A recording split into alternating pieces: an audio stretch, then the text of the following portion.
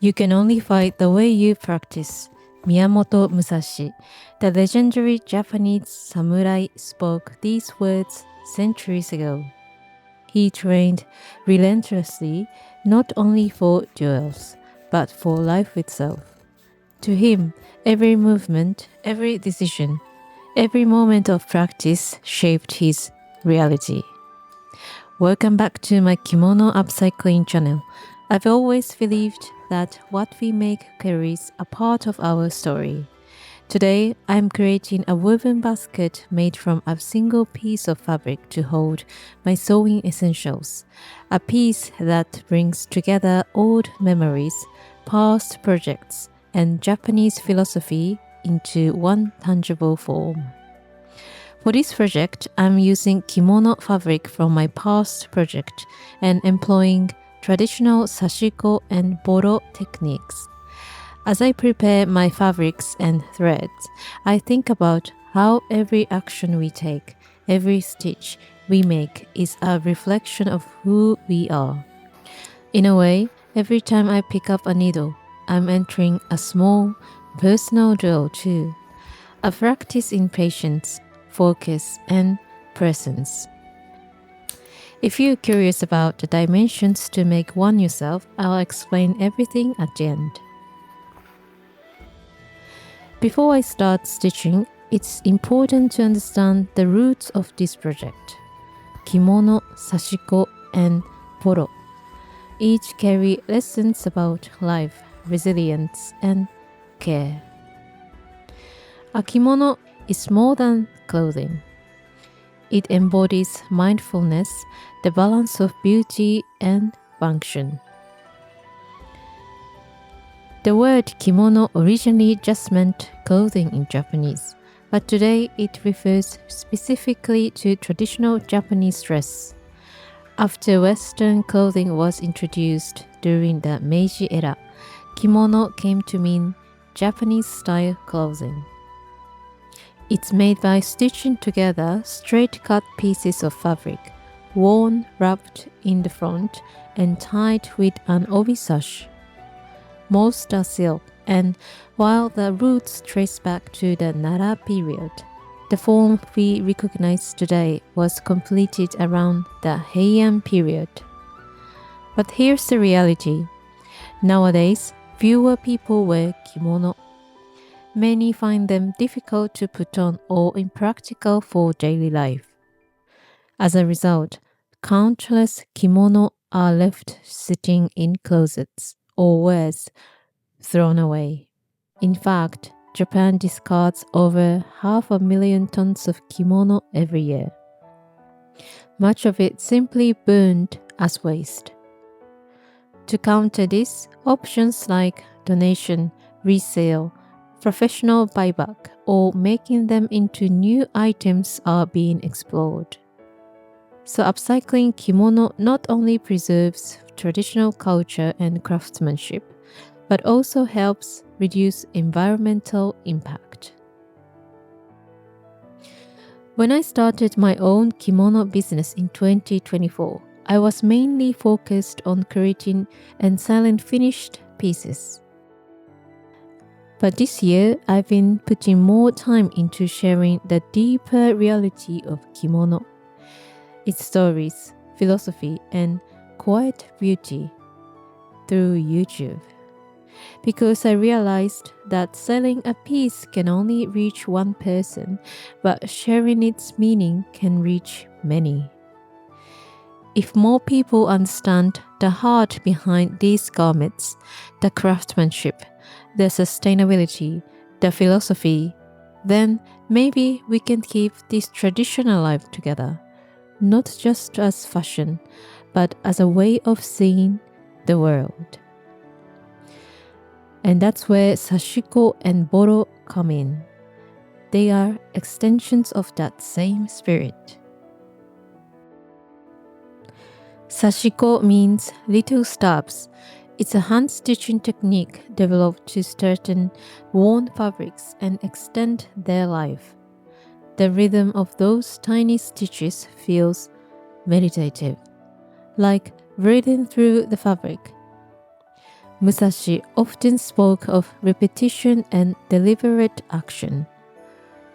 Just as he honed his sword through relentless practice, I hone my attention through the rhythm of stitching. Each needle pierce is an opportunity to be present, to focus, to align the mind and hand. Boro means tattered or mended. It's the art of repairing textiles across generations. What was torn, worn, or fragile becomes something new, layered, and alive. In Boro, imperfection is not a flaw, it's a story. Every patch, every thread is a record of care and persistence. It reflects Musashi's philosophy. The real battle isn't external, it's internal. Hesitation, doubt, fear, these are the enemies he fought. And every stitch reminds me of the same practice against my own distractions and doubts.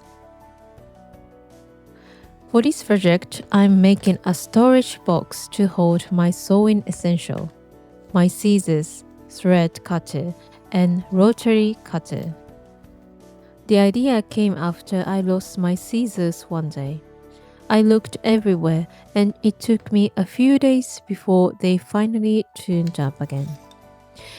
It made me realize how much I rely on these small tools, how they quietly support every piece I make. So I decided to create something special for them, not just to keep them organized, but because I want to take care of them properly. Each tool carries its own history of work and patience, and by making a place for them, I'm also reminding myself to treat them with the same respect I give the fabrics I sew. For the fabric, I'm using materials from old projects. The first is a corset, my very first attempt. It fit poorly, so it sat in my closet for a year. 過去を捨てるのではなく生かす. I'm not throwing away the past. I'm letting it live on. Taking it apart is an act of renewal. The past isn't discarded. It's honored and transformed. Next, I'm using scraps of denim from a kimono panel jacket project. Thrifted, faded, already carrying a history of wear. Each fragment tells its own story. When I stitch these pieces together, I'm not just creating a basket. I'm weaving together moments, memories, and lessons. Like Musashi's dwells, the act of combining fragments requires strategy, patience, and awareness. Musashi believed that mastery in life and in combat came from understanding the self. Every fabric I touch, every patch I sew, is a reminder that our battles, whether with sword or self, are fought with discipline, intention, and care. By the way, if you've been feeling inspired by all these textures and colors, philosophy, and want to start your own sewing journey, or just connect with others who love making, I'd love for you to join my YouTube membership, the Silk Circle. Members get priority comment replies from me, daily project updates posts, and first access to my new videos before they go public. It's also a warm, creative community where you can share ideas and see what everyone's working on. The perfect place to dive deeper into the world of creativity. As I carefully dismantle this old corset made from kimono fabric, I can't help but reflect on the stories these threads carry. Each seam, each fold holds memories of the hands that stitched it and the moments it was worn. Taking it apart isn't destruction. It's a way to honor what came before, to give life to something new while respecting its history. In Japan, there is a concept called Mottainai, a sense of regret over waste, of valuing resources, time, and effort. It's a philosophy that feels nearly lost in modern times. Yet today, sustainability and conscious living are reviving it in our everyday choices. Every fabric salvaged, every thread reused is a small act of mindfulness. It's an acknowledgement that nothing is truly disposable. Even what seems old or worn can hold potential. Fashion in museums is beautiful. Garments preserved behind glass, admired for their craftsmanship and history. But I prefer for these fabrics to live, to be touched, folded, stitched, and used in daily life. Upcycling allows these textiles to breathe again, to continue their story in a practical, tactile way. Each fragment I save carries a memory forward while becoming part of something functional and meaningful. In my case, this woven basket. As I pull apart seams and carefully separate layers, I feel connected not just to the fabric, but to a culture that values respect, care, and longevity. This is the heart of sustainability, not only saving resources, but honoring the effort, the artistry, and the life already lived. And in these quiet moments, I'm reminded that every choice I make, every stitch I plan, is part of a larger rhythm of mindful creation. As the old corset comes apart, I set the salvaged pieces aside, each fragment now freed from its previous form, yet ready for a new purpose. There's a quiet pause here, a space to reflect on the journey of the fabric, from its past life to the present, and the care it deserves moving forward. It's in this stillness that I begin to consider how each piece will interact, how textures, colors, and memories can come together harmoniously. This moment of preparation, of mindful attention, is where intention meets action. A bridge between honoring the past and creating something new.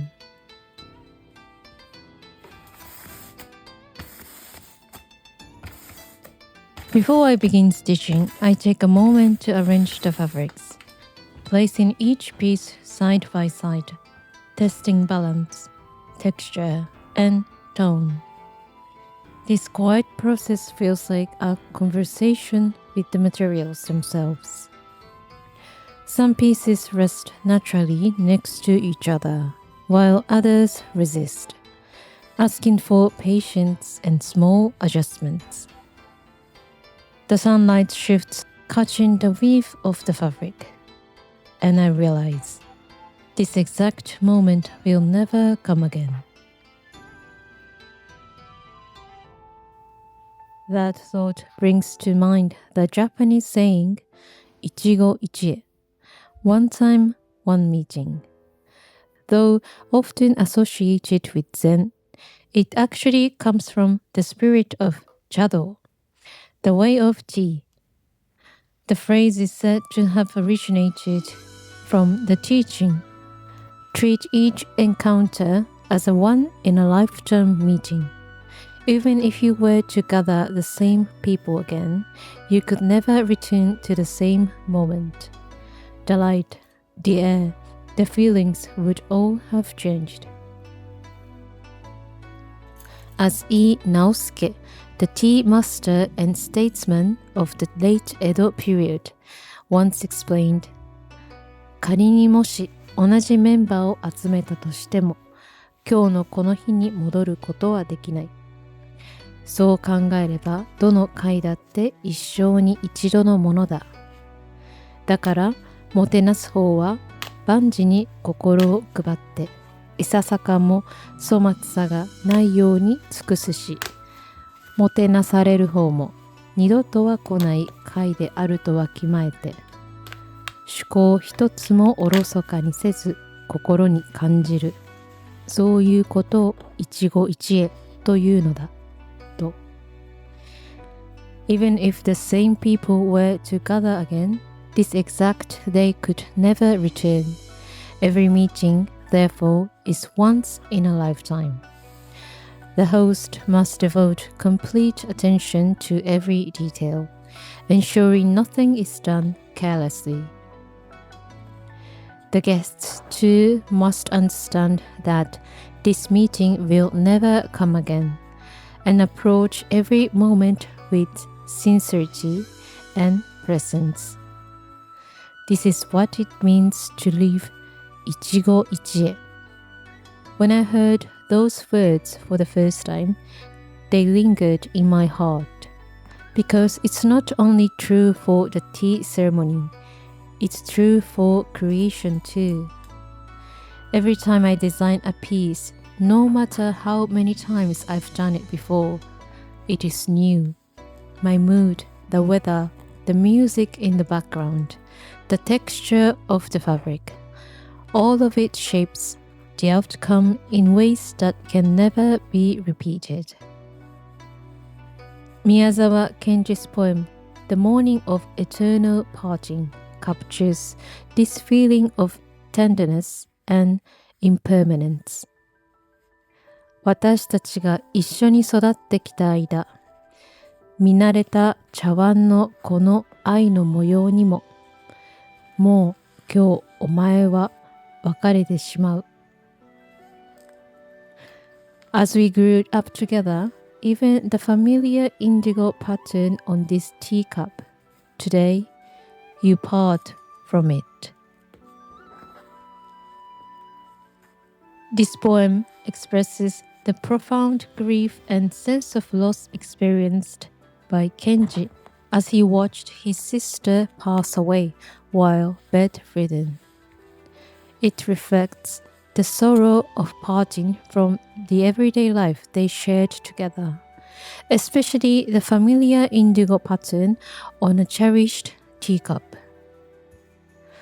Through this image, the poem conveys the deep sadness and sense of permanent farewell, 永訣, brought by his sister's death.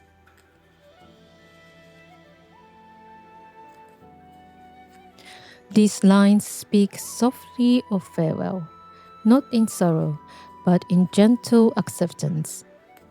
Even the most ordinary, familiar things, a teacup, a piece of fabric, a thread, hold traces of moments we've shared with them. When it's time to part, we do so with gratitude, knowing that nothing stays forever. As I design this project, I think of Ichigo Ichie and these words by Kenji. The fabrics I touch have lived other lives before mine. The denim once protected someone's daily movements. The silk once brushed against the skin of someone celebrating a special day. And now, here they are, meeting again, under my hands in this single moment. At the same time, Ichigo Ichie, The principle of fully inhabiting each moment guides how I show up for my work. Every time I prepare materials, arrange fabrics, or design a new layout, I immerse myself completely. Each interaction, each creation is unique, a once-in-a-lifetime moment. By focusing on the now, I ensure that every action carries intention and care. Even repetitive tasks like trimming fabric scraps or adjusting patterns become quiet acts of mindfulness. There's no rush in this process, just like the tea master preparing for a single ceremony. I attend to small details, how the fabric holds, how colors breathe beside each other, how textures balance. The beauty isn't only in the finished piece, but in the awareness of making it. So as I continue to arrange these fragments, I remind myself this exact meeting of fabric, light, and hurt will never come again. And that is what makes it precious.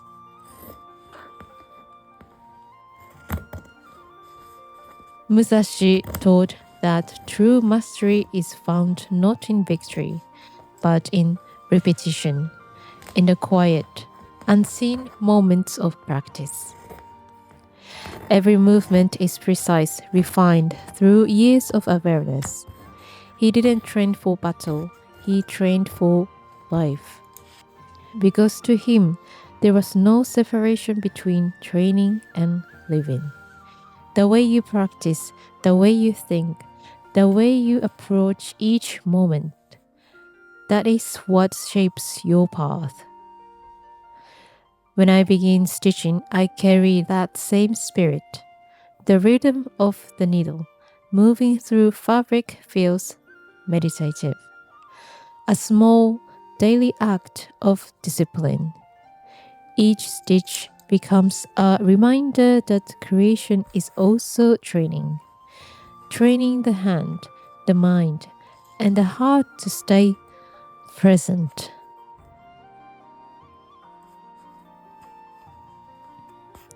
When I began upcycling kimono, I didn't realize I was also stitching my way into the heart of wabi-sabi. 布にも記憶がある. Every fabric holds memories. Every piece of fabric I touch has already lived a full life. Softened by time, shaped by hands, worn through seasons of celebration and farewell. The edges are frayed, the colors have faded, the seams carry uneven traces of movement. But that's exactly where the beauty lives. Wabi-sabi teaches that imperfection isn't something to fix or hide. It's something to honor. The crack, the fade, the tear. These are stories written by time. They remind us that nothing is permanent. That beauty is always changing. When I pick up each piece of old kimono fabric, I sometimes imagine the woman who once wore it. Maybe she went to a summer festival or walked beneath the cherry blossoms. As I place the fragments side by side, I can feel traces of her life in the fabric's softness, in the way the colors have gently faded with time. I stitch them together carefully, not to hide their wear, but to let them breathe again as one. That, to me, is wabi-sabi. 時間の後に美しさがある. There is beauty in the traces left by time. Finding peace in the quiet marks left by time and allowing what's been used and loved to continue living through my hands. In a world that constantly asks for perfection, Wabi-sabi gives me permission to slow down, to breathe, to create without chasing flawlessness. When I sew with Sashiko, I leave room for the thread to move as it wants, for the stitch to wander slightly, for rhythm to take its own form. Because perfection can feel lifeless, but imperfection feels alive. Every uneven stitch holds a bit of my heartbeat, my focus, and my state of mind in that moment. That's what makes handmade work feel so deeply human. No two stitches are ever exactly the same, just like no two people are. Even the way I share my process reflects this. Sometimes the lighting isn't ideal, or a bit of background sound sneaks in. But I've learned to embrace it. Those imperfections capture the real texture of making, the sound of fabric rustling, the soft hum of the needle, the sunlight shifting across the table. All those small moments make the process feel honest. Wabi-sabi also lives in how I combine fabrics. I often pair constructing materials, a bold denim scraps beside a delicate silk piece, not to make them match, but to let them speak to each other. The harmony comes not from sameness, but from acceptance. It's like the philosophy of kintsugi, where broken pottery is repaired with gold. The cracks aren't hidden, they're celebrated. In my own way, I do that with my fabric. I mend what's worn and let it carry its past proudly into something new. Through Sashiko and Boro, I've come to see that wabi-sabi isn't just an aesthetic. It's a way of living. It teaches patience, humility, and respect for time.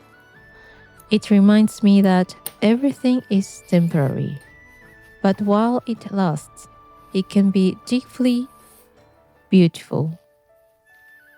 And woven through all of this is Ikigai, my reason for creating. At first, I didn't think of it that way. I just wanted to make things with my hands, to honor old textiles and give them new life. But the more I stitch, the more I realized this is what keeps me grounded. Ikigai is where passion meets purpose, where what you love, what you're good at, what the world needs, and what sustains you all meet. For me, that means creating with intention, blending traditional philosophy with modern design, and inviting others to slow down and rediscover the quiet beauty of handmade things. When I upcycle kimono scraps through Sashiko, I'm not just mending fabric, I'm bringing generations, adding my rhythm to a story that began long before me. And when someone holds a piece I've made, I hope they can feel that. Not just the stitch work, but the quiet care, the patience, and the philosophy stitched into every seam. There were moments I doubted this path, when my early post reached almost no one, when I filmed videos that sat unseen, when I questioned if this quiet kind of work even mattered. But now I see those moments were part of my Ikigai too. The quiet seasons taught me discipline, gratitude, and self-belief. I learned to create not for applause, but for alignment. My Ikigai isn't measured in views or sales. It's in that late night peace after finishing a long row of stitches, surrounded by fabric scraps, and the soft sound of thread pulling through cloth. It's in the feeling of knowing I've made something honest. It's in the small messages from people who say they can feel the story behind what I make. Together, Wabi-sabi and Ikigai have taught me that imperfection and purpose aren't opposites. They complete each other. Wabi-sabi whispers, これでいい. That's enough. Ikigai answers, でもまだ進もう. And still keep going. Sashiko and Boro are more than techniques. They are philosophy in motion. They teach discipline, patience, and mindfulness through the steady rhythm of the needle. As I join each kimono fragment to another, I realize that this is not just craft. It's training. Like Musashi, who said, the way is in training. I learned that mastery is a process, not a destination. Each stitch is a step toward understanding, not perfection. Musashi fought over 60 duels in his lifetime. Yet his greatest opponent was always himself. Each duel demanded preparation, clarity, and presence. In the same way, Sashiko is not merely about connecting pieces of fabric. It's about aligning the mind and the hand. With every stitch, I practice patience. With every small imperfection, I practice acceptance. The fabric becomes a mirror for my state of mind. If I rush, the thread tangles. If I breathe, the rhythm returns. Through this repetition, I learned to let go. I learned that beauty isn't in control of precision, but in persistence and presence. In the quiet acceptance that each stitch, however small or uneven, belongs exactly where it is.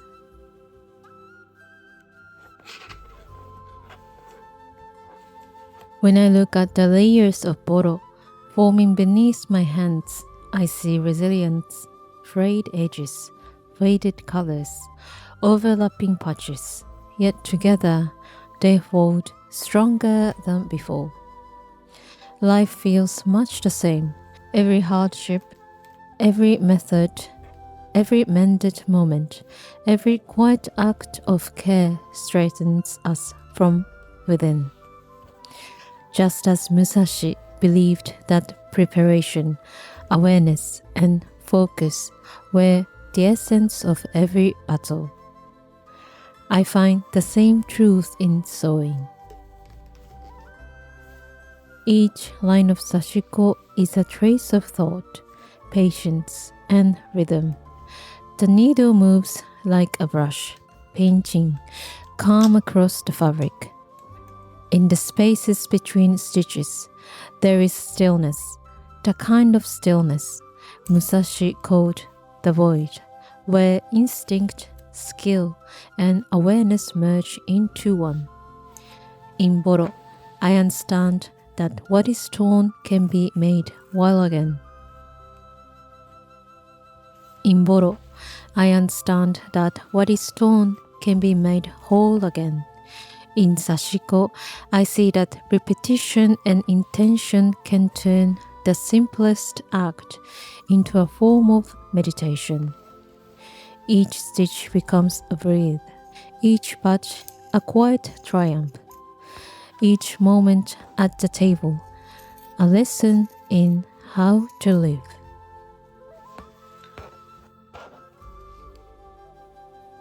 For this project, I'm using Sashiko thread and needles sourced directly from Japan. Unlike ordinary sewing thread, Sashiko thread is slightly thicker, tightly twisted, and has minimal fuzz, which allows each stitch to be clearly expressed. The Sashiko needles are longer than regular sewing needles, designed to make running stitches smoother. Depending on the thickness of the fabric, you can choose a thicker or thinner needle. Many needles also have larger eyes to make threading easier, though some fine-eyed needles exist for threads that need more grip.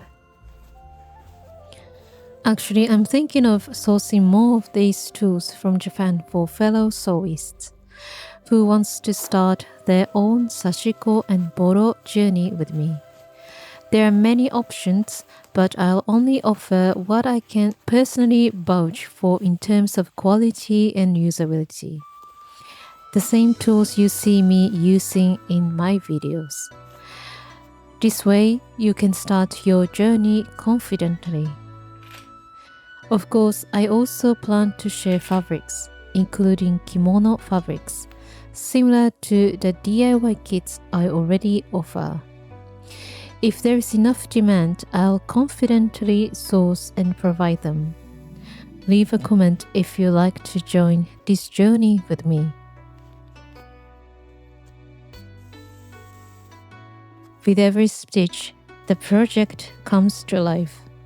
Each thread tells a story, and the fabrics themselves carry a history. This practice is about more than the end result. It's about care, attention, and intention embedded in every movement. Through this process, Wabi-sabi teaches me to embrace imperfection and see the beauty in every fray, every faded hue, every uneven stitch. Ikigai reminds me why I do it, to create with purpose, to honor the past, and to share something meaningful with the world. When the basket is finished, it feels humble but alive, a collection of fragments, memories, and lessons. It isn't perfect, but it is true. That is the essence of Sashiko and Boro, and of Japanese philosophy, honoring imperfection, embracing patience, practicing presence, and staying grounded in purpose. Musashi's teachings reminds us that mastery isn't about perfection or recognition. It's about deliberate practice, care, and self-mastery. Through stitching, repairing, and transforming, I am reminded that the smallest acts, a single stitch, a single decision, accumulate into something far greater. The basket now holds my sewing essentials, but also holds time, memory, and intention. Creation and life are inseparable. The thread binds more than fabric. It binds lessons, stories, and the quiet pursuit of mastery. Wabi-sabi whispers that flaws are not failures, but marks of life, and Ikigai gives each stitch meaning beyond utility. So I keep stitching, not for perfection, but to practice presence, to honor the past, and to carry forward a philosophy of care, patience, and persistence, one stitch at a time. If you like to make your own storage box, here are the measurements. You'll need a piece of fabric that's 37 centimeters by 39 centimeters. That's about 14.5 by 15.5 inches. Once finished, your box will measure approximately 25 centimeters long, 9 centimeters wide, and 8 centimeters high, or roughly 10 by 3.5 by 3 inches. To make the box stand more firmly, you can sew the 4 corners and the edges as well. That's it for today's video. Thank you so much for spending this time with me. I'll see you again in my next project. またね。